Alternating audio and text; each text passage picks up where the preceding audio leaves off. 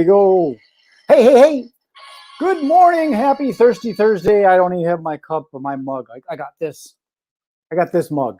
There's nothing in it, though. So Thirsty Thursday, I'm going to be dry today. Today, we're going to be talking about gratitude again and caring, because it is the season. It should always be the season. So I'm going to go get my friend Bo. He's in the green room.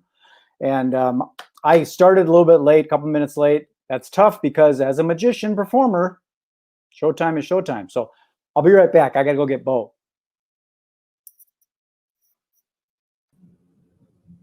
There you are. Hi. Hey, good day to you.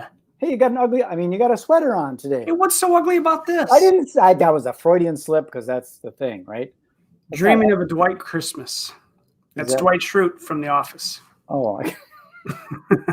So there's a thing a little later today. AGC has a little holiday social, and you're supposed to wear a Christmas sweater. So, this is as good as it gets for me. So I'm wearing it all day, not just for that event.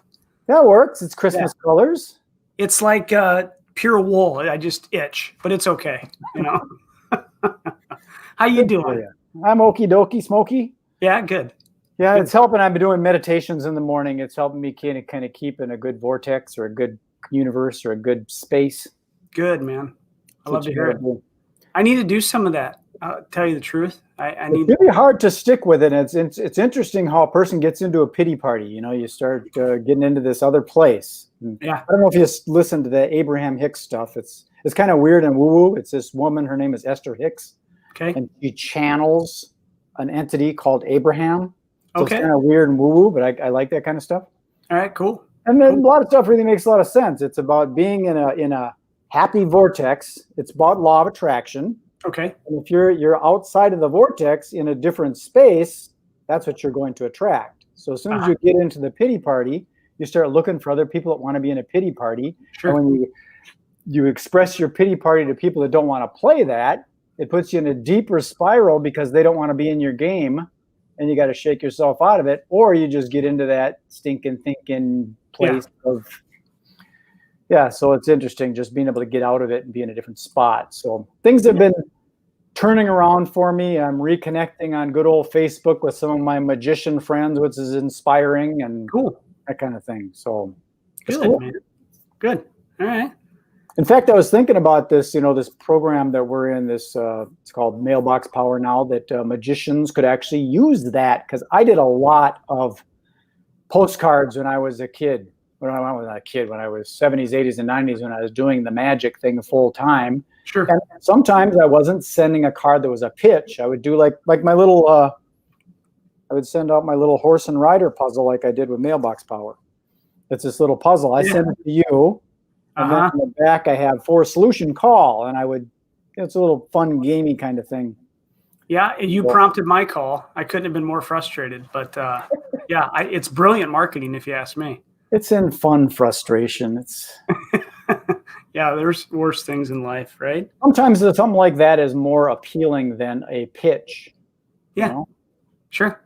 Especially with the pitch that's like, I get a lot of those things from like financial planners that say, "Hey, we got dinner for you. All you got to do is show up." Yeah, through a little pitch. Yeah. And it's kind of like, it's disguised. You tricked me into getting a nice steak just to listen to you talk about something you want to sell me. It's the classic timeshare presentation, right? Yeah, kind of. It's almost like a bait and switch, but it's still legal. And but people see through that now. I think even general public, they're savvy to marketing tactics that used to work years ago because they see it so much.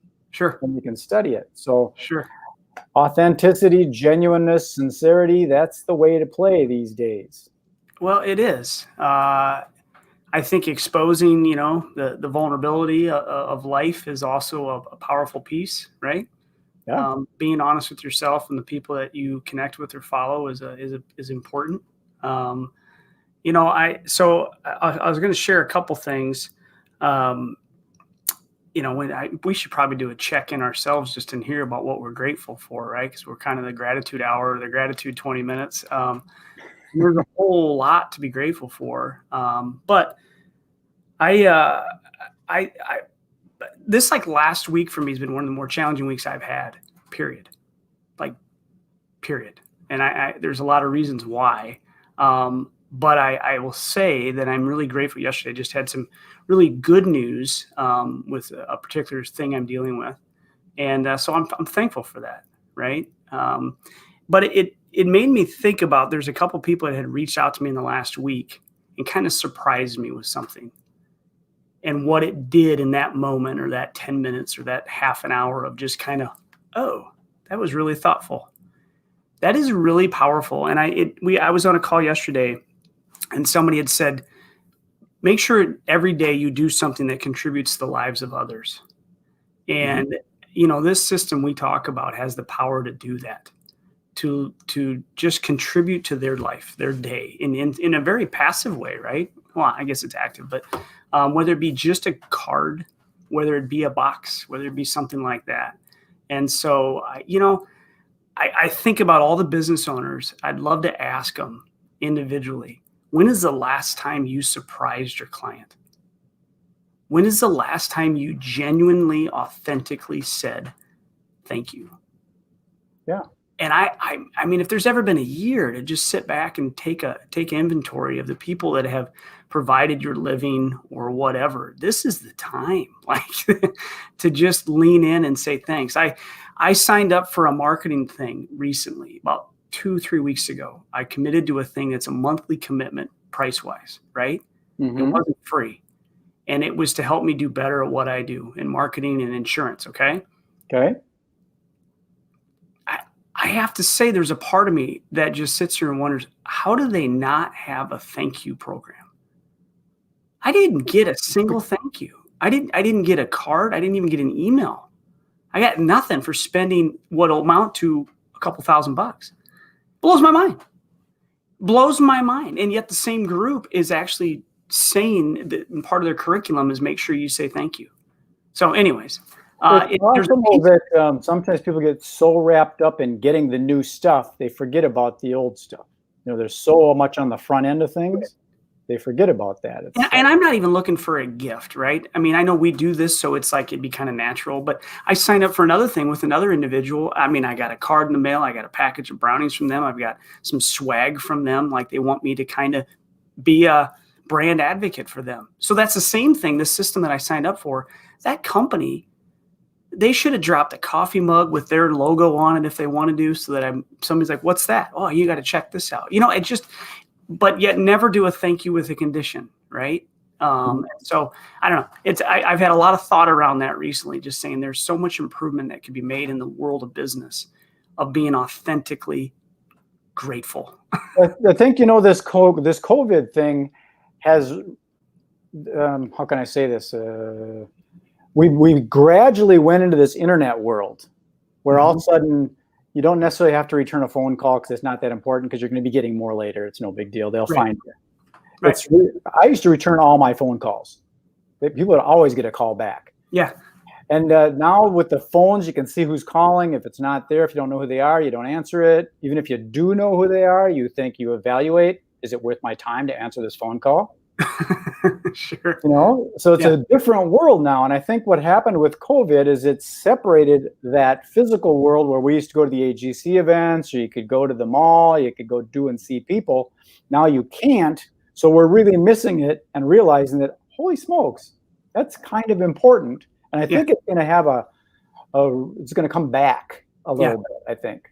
I hope so. I was on another call earlier this week, and Chris Denton, we both know of her. I love the way she phrased it. She said, I just long to see full-size people, full-size humans. I want to see people in person, full size, not in a square like Hollywood Square Zoom style, right? And I love that language of that.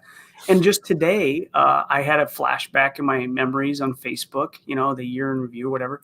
And it was a year ago today that I was wearing my yellow pants at an AGC event. Got a picture. And, I just sat there like, man, there was a crowd, there's interaction. I really do love that. And I do look forward to that again. And so, it's coming. I'm going to put these domains up here real quick. This is one of the domain that I've got, Season for Giving. This actually goes to a capture page if anybody's interested in this program that we're talking about. Yeah. They can put in their name and email, and they can get into that automated system. And I'm open if you guys want to call me and talk to me. And then this is the name that it's changing to is mailboxpower.com/disclaimer. That's my affiliate link. If you do join this program, I earn a commission off it. That's how the whole thing works. That's another thing that has really changed in this world is the concept of affiliate marketing, where people refer stuff. And a lot of people don't realize when they see this new pair of Nikes on Facebook and they buy them, they don't realize that somebody put that out there and someone's going to earn something off it. That's the way this world works nowadays. That is the way it works. Boy, you made me think of something, so I just grabbed from my phone. So let me ask you this. Have you heard of Gymshark? GYM? Yeah. So you said Nike. So here's what made me, my family's tired of hearing me talk about this. I was, went down a rabbit hole on the internet, and there's this company called Gymshark. And I think it was started about 3 years ago by a 20-year-old guy somewhere in Europe. And he was a gym rat, if you will, and getting big and strong. And he was looking for apparel that he could show off his muscles in. And he didn't like what was in the market. So he started sewing his own stuff. Sure. So here's where the guy's brilliant. First of all, the company is now worth about $900 million. Wow. Yeah, that's a big growth. Like, it's a massive amount of money. But what he did, he used an affiliate sort of model to grow his company. So what he did, he found the lead bodybuilder or strength people in the gyms across the world, and he put his gear in their hands, and then he would pay them to wear his gear. So instead of hiring a super high LeBron James, he hired normal everyday people that were kind of looked up to at the gym, and they'd start wearing their gear. And next thing you know, people want to wear Gymshark gear. So I asked my daughters, I'm like, have you heard of Gymshark? Like, yeah, I was going to put it on my Christmas list. What? I never even heard of it. They have more followers on TikTok than Nike. Like, Adidas isn't even present in TikTok. So a lot of people don't realize that the affiliate marketing is a common thing. That's why I pivoted directly from the event industry into this affiliate marketing thing. Yeah. Like Lyft and Uber, they have affiliate programs. So if you refer another driver, you earn a commission from that driver. Sure.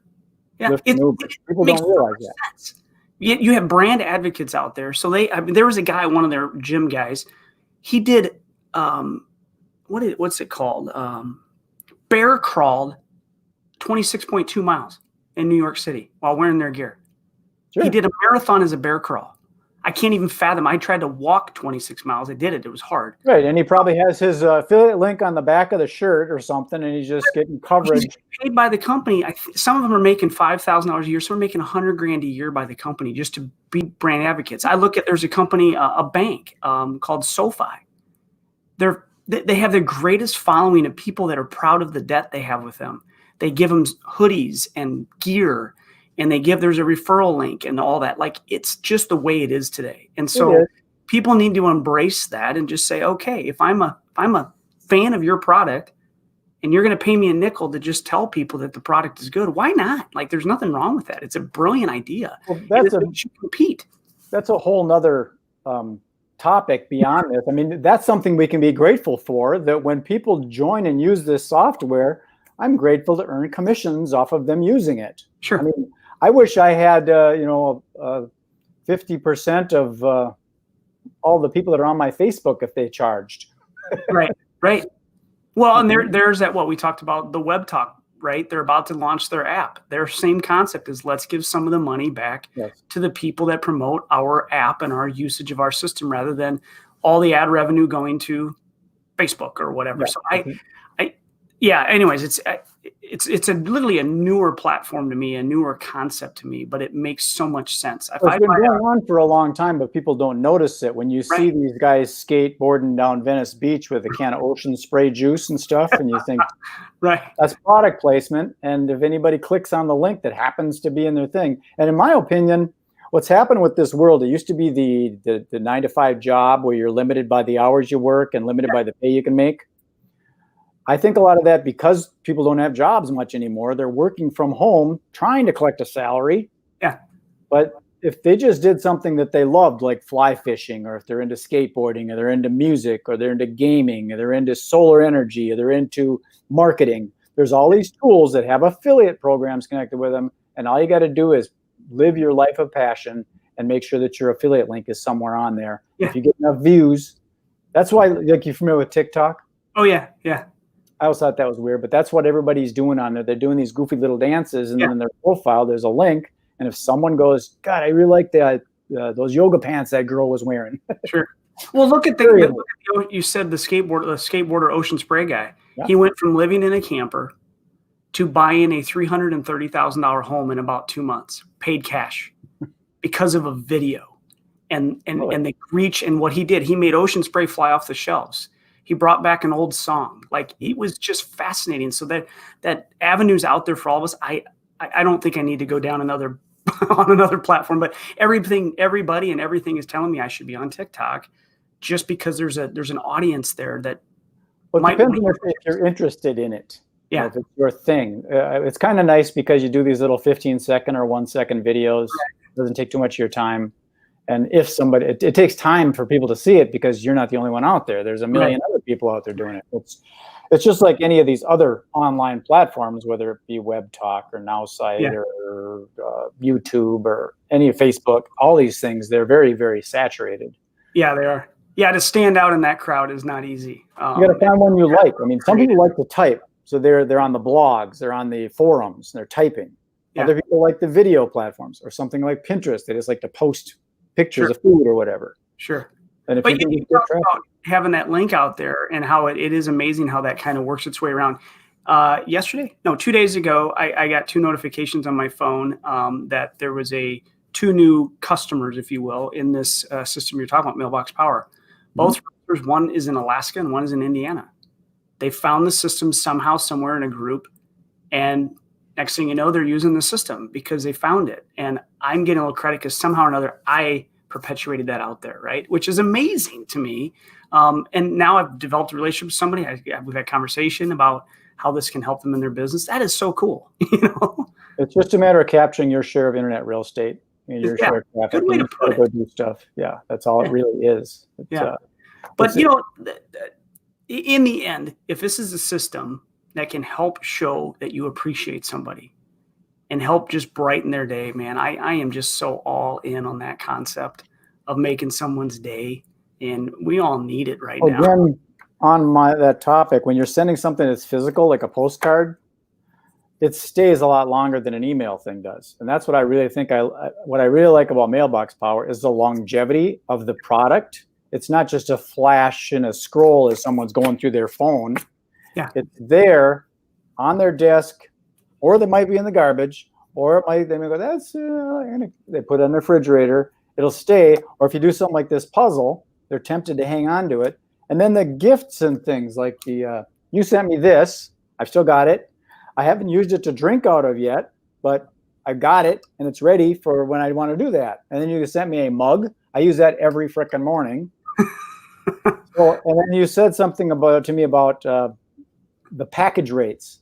Like, people are concerned about email open rates because it's real low, because a lot of stuff just doesn't get opened. Right. Packages get opened.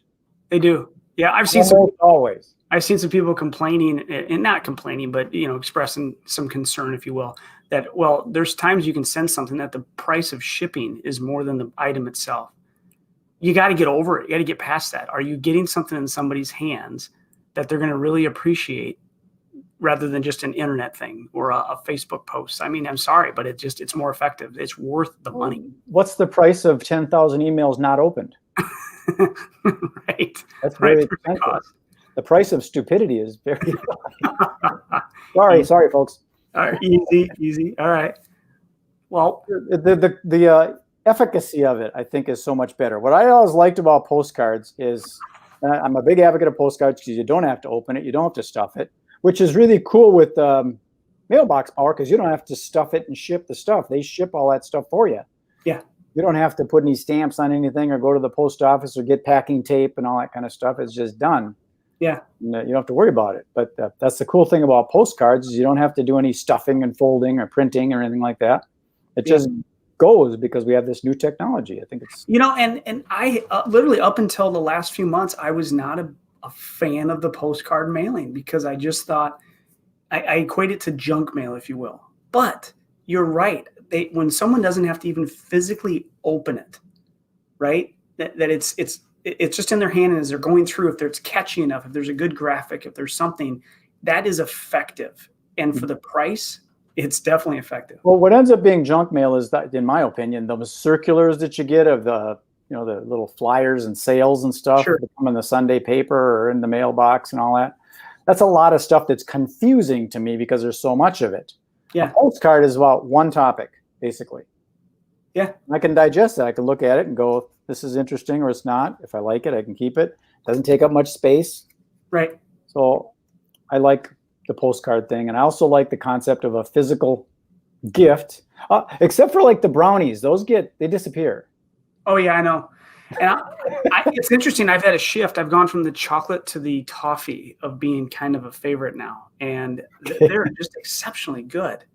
But you're right. They disappear. We have cookies, individually packaged cookies, right? We have like a tower of chocolates you can send somebody. There's one could pack a few pounds on, you know. But with some creativity, the label that goes on there is a custom label. So if you wanted to get creative with the label, they might hang on to the label. Yeah. I've had people literally keep an envelope, and I've had people keep the wrapper of an item that I've sent them. They're keeping garbage. That's good. It is literally trash. That's good for the landfills. Right, right. Thanks for doing your part. Right. Very cool.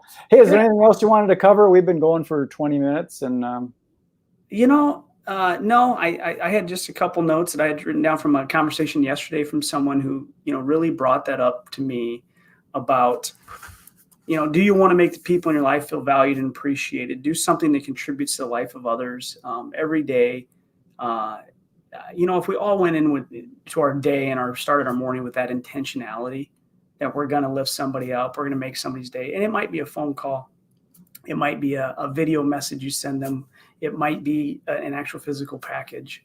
But if we all did that, the world would be just a little bit better place. It would. I mean, we were talking earlier about the vortex that you're in. If you're in this anger, violent, blame, victimhood mentality, you got to get out of it and be a victor, be happy. Don't be blaming, be responsible. Yeah. You're just in a different world. And instead of people, you know, lighting buildings on fire, they'll be building buildings, and they'll helping people weed their garden and helping feed people.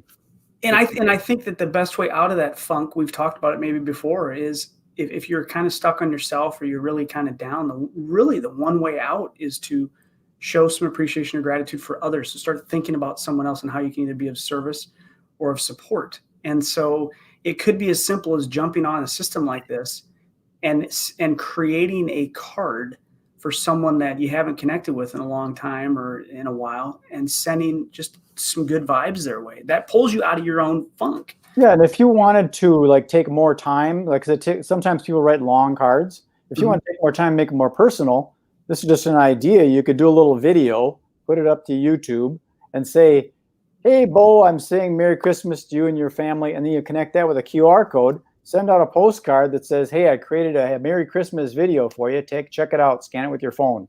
And they scan that, and it has a video, and you say, "Hey, ho, ho, ho, Merry Christmas. That's ho, a great ho, idea. Merry Christmas." So you just came upon something amazing there, to take the physical, like season's greetings or Happy New Year card, but take it up one notch. Take them to the digital world where they can physically see you by creating a season's greetings video. Sure. I think and just add it as a QR code, so it's not such a challenge for someone to do that. I love the idea. I love the digital and the physical. So you can I mean, if you wanted, you could go and find a Twitter link, and you could put a video on the Twitter and say, "Hey, Merry Christmas," and then send them a card after. When they scan it, it goes to that same Twitter post you just did, or a Facebook post, or as long as the URL has some longevity to it and is around a while. It could last forever. It could be eternal, but I don't know. There's an infinite amount of ideas. Yeah, and you know what? You just keep dropping them like it's no big deal. But they tend to come in my brain. I don't know. I didn't know if I shared with you, but I'm getting more connected with my magician friends again. Back into that. So I think part of it is that. Yeah. I remember, this is something I like to brag about, but out of high school, I did some design drafting. And there was a company called Control Data Corporation I worked for. And they made computers, and there was a printed circuit board that would go into this slot and connect with the computer. And if you put it in the wrong way like this, it would blow up the computer. It was important to which way it went. Right. And rather than trying to come up with some kind of weird procedure manual and warning and all this, I found that there's two screws that went in and held the connector on each side. If you made one a little bit longer, when you turned it around, it wouldn't go in. So all I did on the parts list, I remember it was a 003 versus 004. I changed it to a 4, which is a longer screw. And now the thing doesn't go in. It won't blow up. You do it this way, it works fine. So when you have something like that, this is for people that are being paid by hour versus being paid by project or ingenuity or creativity. Right. The value of that and the time it took is, it's $1 million value and it took 3 seconds. Right, right. So if you just think a little bit differently. Yeah. I pride myself in that time efficiency thing. Like every morning when I shave inside the shower.